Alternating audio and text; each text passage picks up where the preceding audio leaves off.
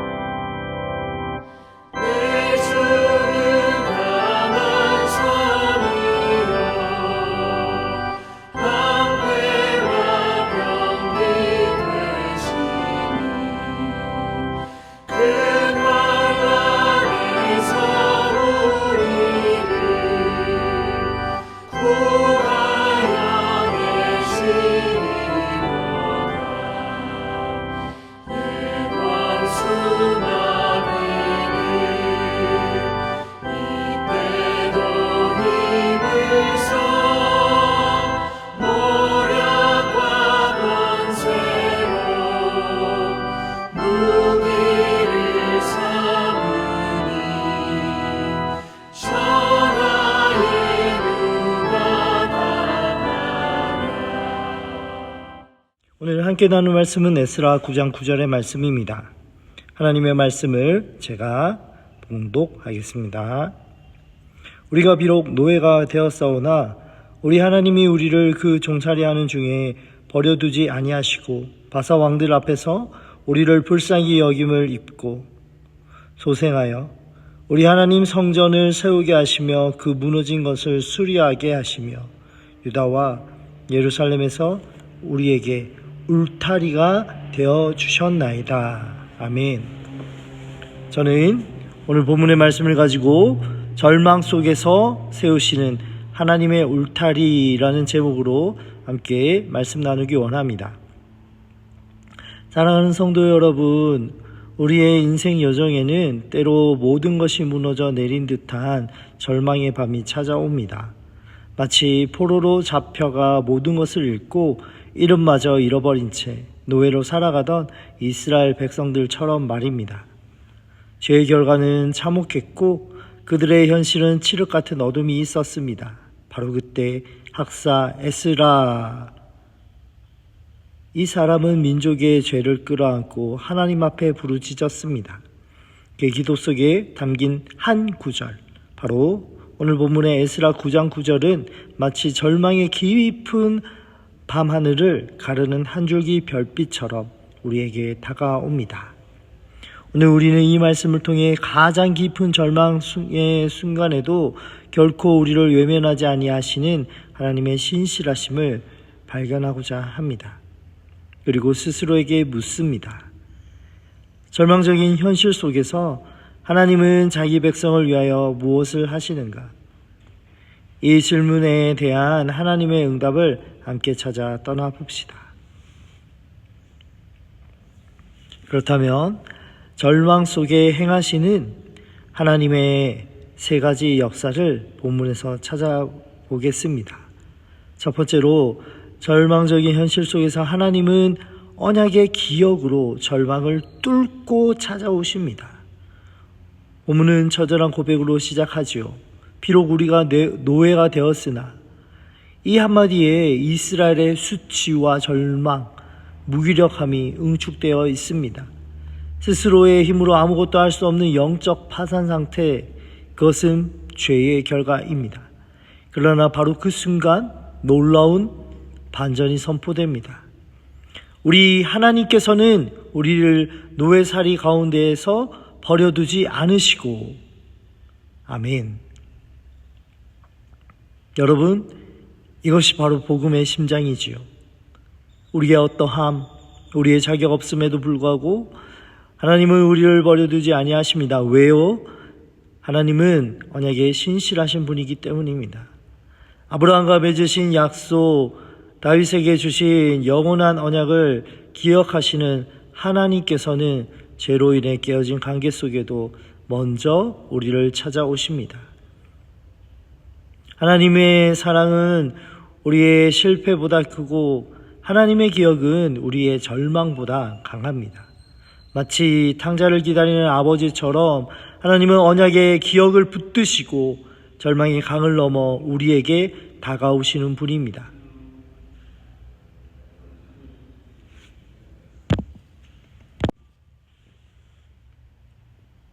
그분의 첫 번째 찾아오심으로 인하여 희망이 있습니다. 둘째, 절망적인 현실 속에 하나님은 역사의 주관자로서 회복의 길을 친히 열어주십니다. 하나님의 찾아오심은 감상적인 위로에서 머물지 않습니다.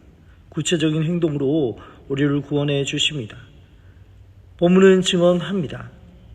바사, 페르시아 왕들에게 사랑을 받게 하시어 우리를 살려주시고 당시 최대의 강국인 페르시아 이방인의 마음에 그 문을 여시고 움직이신 분이 누구십니까? 바로 역사와 열방을 다스리시는 만왕의 왕 우리 하나님이십니다. 하나님께서는 하나님의 백성을 구원하기 위해 세상의 권세와 역사의 물줄기마저 하나님의 뜻대로 움직이십니다. 우리를 살려주시고 아멘. 얼마나 감격적인 선포입니까? 죽음과 같은 포로 생활, 소망 없던 노예의 삶에서 하나님은 생명의 길, 회복의 대로를 친히 열어주셨습니다. 인간의 눈으로 불가능해 보이던 일이 하나님의 주권적인 개입을 통해 현실이 된 것입니다. 사랑하는 여러분, 우리가 처한 상황이 아무리 절망적이라 할지라도 온 우주와 역사를 주관하시는 하나님께서 우리 편이시면 그 어떤 절망도 우리를 가두지 못할 것입니다. 하나님께서는 오늘도 자신의 백성을 위해 불가능을 가능으로 바꾸시고 회복의 새 아침을 열어주시는 분입니다. 셋째, 절망적인 현실 속에서 하나님은 예배의 감격과 거룩한 공동체의 안전을 회복시켜 주십니다. 하나님께서 우리를 절망에서 건져내시고 회복의 길을 여시는 궁극적인 목적이 무엇입니까? 바로 하나님과의 깊은 관계의 회복, 즉 예배의 감격을 되찾고 거룩한 공동체 안에서 안전을 누리게 하시는 것이지요. 본문은 이렇게 노래합니다. 우리 하나님의 성전을 다시 짓고 무너진 곳을 고치게 하시며 유다와 예루살렘에 우리를 위한 울타리를 마련해 주셨습니다. 무너진 성전 재건은 단순히 건물 복구가 아닙니다. 그것은 하나님의 임재의 회복이고 죄로 인하여 막혔던 하나님과의 교제가 다시 시작됨을 알려내는 축제의 서곡입니다. 그곳에서 이스라엘은 다시 예배의 감격을 맛보고 하나님의 백성된 정체성을 확인할 수 있습니다. 더 나아가 하나님은 우리를 위한 울타리를 마련해 주셨습니다. 이 울타리는 물리적인 보호를 넘어 세상의 죄악과 혼돈으로부터 하나님의 백성을 구별하시고 보호하시는 영적인 안전지대였습니다. 하나님의 말씀과 법도가 그 기준이 되는 거룩한 공동체, 그 안에서 참된 평안과 안식을 누리게 하신 것입니다. 오늘날 이 성전과 울타리는 바로 예수 그리스도 안에서 세워진 교회 공동체를 통해 우리에게 주셨습니다. 교회는 우리가 하나님을 마음껏 예배하며 그분의 임재를 경험하는 성전이며 세상 풍파 속에서 우리를 말씀으로 보호하고 양육하는 안전한 울타리입니다. 하나님은 오늘도 이 자리를 통해 우리에게 예배의 기쁨과 거룩한 교제의 안전을 허락해 주십니다. 사랑하는 성도 여러분, 절망적인 상황 속에서 하나님은 자기 백성을 위해 무엇을 하십니까?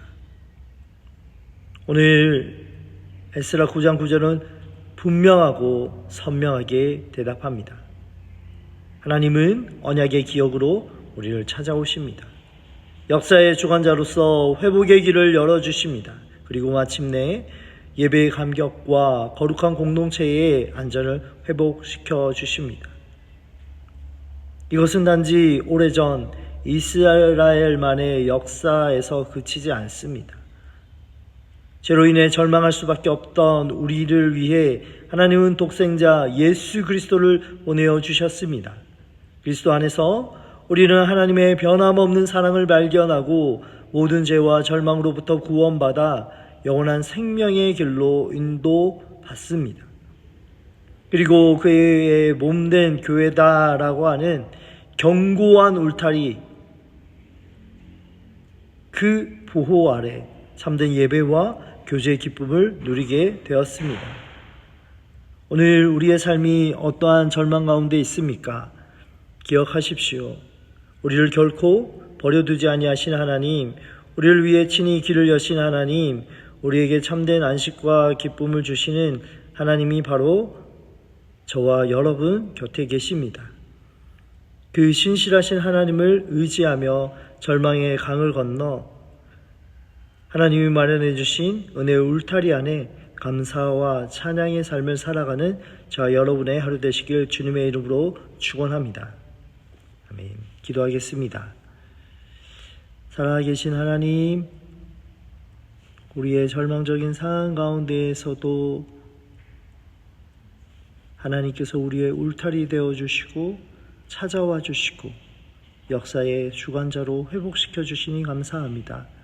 오늘 하루도 하나님 나라와 영광을 위하여 살아갈 수 있도록 우리를 찾아오시는 주님 앞에 감사와 찬양을 올려드리게 하여 주옵소서. 우리의 절망적인 현실 가운데에 구체적으로 하나님의 백성을 위하여 역사하시는 하나님의 은혜를 더 있게 하여 주옵소서. 감사하며 예수님의 이름으로 기도합니다. 아멘. 오늘 읽을 말씀은 에스라 6장에서 10장까지의 말씀입니다. 하나님의 말씀으로 승리하는 저와 여러분이 됩시다. 샬롬.